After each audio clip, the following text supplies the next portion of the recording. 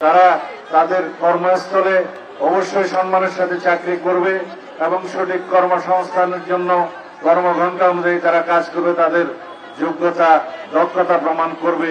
তাতে করে নারীদের কর্মঘণ্টা কমানোর সাথে এই কর্মসংস্থানের বিপরীত সম্পর্ক।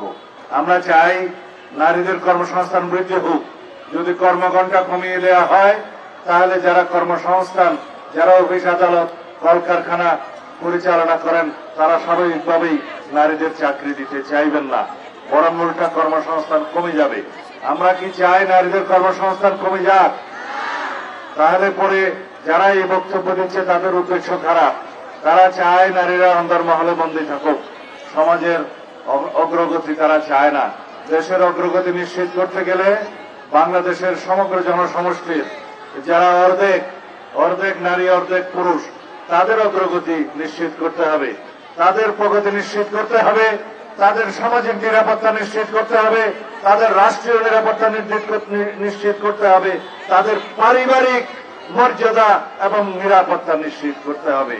তাহলেই দেশ এগিয়ে যাবে।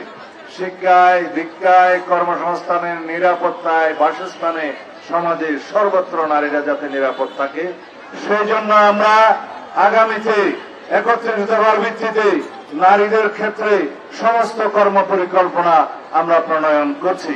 সেই হিসাবে বাংলাদেশ হবে একটি অগ্রগতির চরম শিখরে ওঠা দেশ, যেখানে অংশগ্রহণ থাকবে নারী পুরুষের সমান। যাই হোক, আজকে আমরা প্রতিবাদ জানাচ্ছি। রাজশাহীতে আমাদের বোনদের উপরে অত্যাচার করেছে, তাদেরকে জোটাপেটা করেছে, প্রহার করেছে একটি ধর্মীয় গোষ্ঠী, একটি ধর্মের নাম ব্যবহার করে যারা রাজনীতি করে তারা। আমি নাম না নিলেও পত্রিকান্তরে আপনারা অবশ্যই জানেন।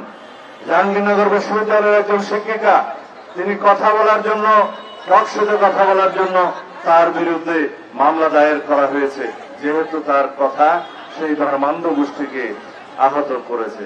আমরা চাই বাংলাদেশে এমন একটি সমাজ বিরাজ করুক যেখানে আমরা সবাই সমান। এখানে ধর্মের ভিত্তিতে কোনো বিভাজন থাকবে না, এখানে জাতের ভিত্তিতে কোনো বিভাজন থাকবে না, এখানে ধর্ম, বর্ণ, গোষ্ঠী, সংস্কৃতি, ভাষাভাষী সকলেই মিলে আমরা বাংলাদেশী। সুতরাং আমরা সবাই বাংলাদেশের সংবিধান অনুসারে নাগরিক, সিটিজেন হিসেবে আমরা সকল ক্ষেত্রে সমান অধিকার ভোগ করব।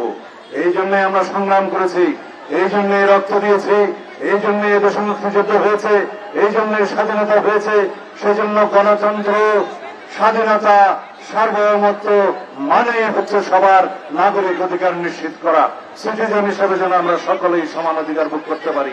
এই ভূখণ্ডের মধ্যে আমরা যারাই বসবাস করি, আমাদের একটাই পরিচয় হবে, আমরা বাংলাদেশের নাগরিক। এখানে কেউ ধর্মীয় পরিচয়ে সংখ্যাগুরু থাকবো না, এখানে কোন সংস্কৃতির ভিত্তিতে বিভাজন থাকবে না, এখানে কোন ভাষাভাষী এবং বর্ণের ভিত্তিতে কোনো বিভাজন থাকবে না।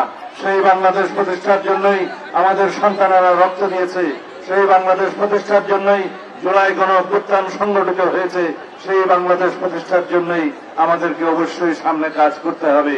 আমরা একটি শক্তিশালী গণতান্ত্রিক রাষ্ট্র নির্মাণ করতে চাই, যে রাষ্ট্রে কোনো বৈষম্য থাকবে না, সাম্যের ভিত্তিতে, ন্যায় বিচারের ভিত্তিতে, সামাজিক ন্যায় বিচারের ভিত্তিতে এবং একটি শক্তিশালী গণতান্ত্রিক অধিকার নিশ্চিত করার জন্য আমরা সেই বাংলাদেশ নির্মাণ করব ইনশাআল্লাহ। আমি আজকে এখানে এই সমাবেশের এই উসিলায় দুটি কথা বলতে চাই। গতকালকে বাংলাদেশে একটি আদেশ জারি করা হয়েছে, রাষ্ট্রপতির আদেশ, এবং একই সাথে জুলাই জাতীয় সনদ সহ সেই আদেশের উপরে গণভোট অনুষ্ঠানের জন্য আহ্বান করা হয়েছে। আমরা আমাদের দলের পক্ষ থেকে বলেছি, জুলাই জাতীয় সনদ যেভাবে স্বাক্ষরিত হয়েছে সেটা আমরা প্রতিপালনে প্রতিশ্রুতিবদ্ধ, অঙ্গীকারাবদ্ধ। জুলাই জাতীয় সনদ যেভাবে রচিত হয়েছে, প্রণীত হয়েছে, স্বাক্ষরিত হয়েছে, সেই জাতীয় সনদ আমরা অক্ষরে অক্ষরে প্রতিপালন করার জন্য অঙ্গীকারাবদ্ধ। এর বাইরে চাপিয়ে দেয়া, জবরদস্তিমূলক আর যে কোনো প্রস্তাব যদি দেওয়া হয় সেটা জনগণ বিবেচনা করবে। গণভোটের মাধ্যমে একই দিনে জাতীয় সংসদ নির্বাচনের দিনে জনগণের সম্মতি গ্রহণের জন্য যে প্রস্তাব করা হয়েছে সেটাকে আমরা স্বাগত জানিয়েছি। কারণ এটা ব্যয় সাশ্রয়ী, এটা সময় সাশ্রয়ী, এটা বিভিন্ন রকমের আয়োজনের সাশ্রয়ী, এবং এটা সুবিধাজনক, বেশি ভোটারদের অংশগ্রহণের মধ্য দিয়ে তারা মতামত দিতে পারবে। তবে এটা আমাদের মনে রাখতে হবে, গণভোটের মধ্য দিয়ে আইন প্রণয়ন করা হয়ে যাবে না, গণভোটের মধ্য দিয়ে সংবিধান সংশোধন হয়ে যাবে না। তার জন্য অবশ্যই জাতীয় সংসদ গঠিত হতে হবে। সেই জন্য জাতীয় সংসদ নির্বাচনের পুনরাবৃত্তি করেছেন তিনি 15ই ফেব্রুয়ারির প্রথমার্ধে। সেজন্য তাকে আমরা সাধুবাদ জানিয়েছি, কারণ আমরা অতি অবশ্যই আগামী ফেব্রুয়ারির প্রথমার্ধে জাতীয় সংসদ নির্বাচন অনুষ্ঠান হোক, সেটা চাই। এই জাতি চায়, আমরা ভোটাধিকার প্রয়োগ করতে চাই। এই জাতির সমস্ত জনগণ সেই ভোটাধিকার স্বাধীনভাবে উৎসবমুখরভাবে প্রয়োগ করার জন্য উন্মুখ হয়ে আছে। আমরা মনে করি বাংলাদেশে সেই জাতীয় সংসদের সার্বভৌমত্ব যাতে খর্ব না হয়, সেই জন্য আমরা কোনো আরোপিত আইন দিয়ে, আদেশ দিয়ে, যে কোন রকমের জবরদস্তিমূলক প্রস্তাব দিয়ে জাতীয় সংসদের সার্বভৌমত্বকে আমরা হস্তক্ষেপ করাতে দিতে চাই না। কারণ এটাই বাংলাদেশের একমাত্র সার্বভৌম হাউস, যে সার্বভৌম হাউসে জনগণের প্রতিনিধিত্ব করে, তাদের সার্বভৌম প্রতিনিধিত্ব করে তাদের জাতীয় সংসদ যারা নির্বাচিত হবে তাদের মধ্য দিয়ে।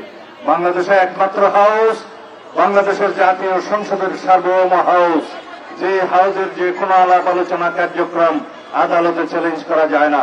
সেই জাতীয় সংসদের সার্বভৌমত্বকে ডিকটেট করানোর মতো কোন প্রস্তাব, কোন আরোপিত বিষয় থাকতে পারে না, সেটা আমরা পুনরুচ্চারণ করছি।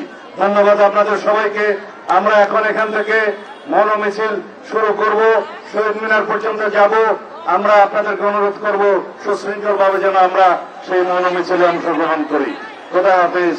বাংলাদেশ জিন্দাবাদ, বাংলাদেশ জাতীয়তাবাদী দল জিন্দাবাদ, শহীদ জিয়া মরহুম, বেগম খালেদা জিয়া জিন্দাবাদ, আমাদের নেতা জনাব তারেক রহমান জিন্দাবাদ।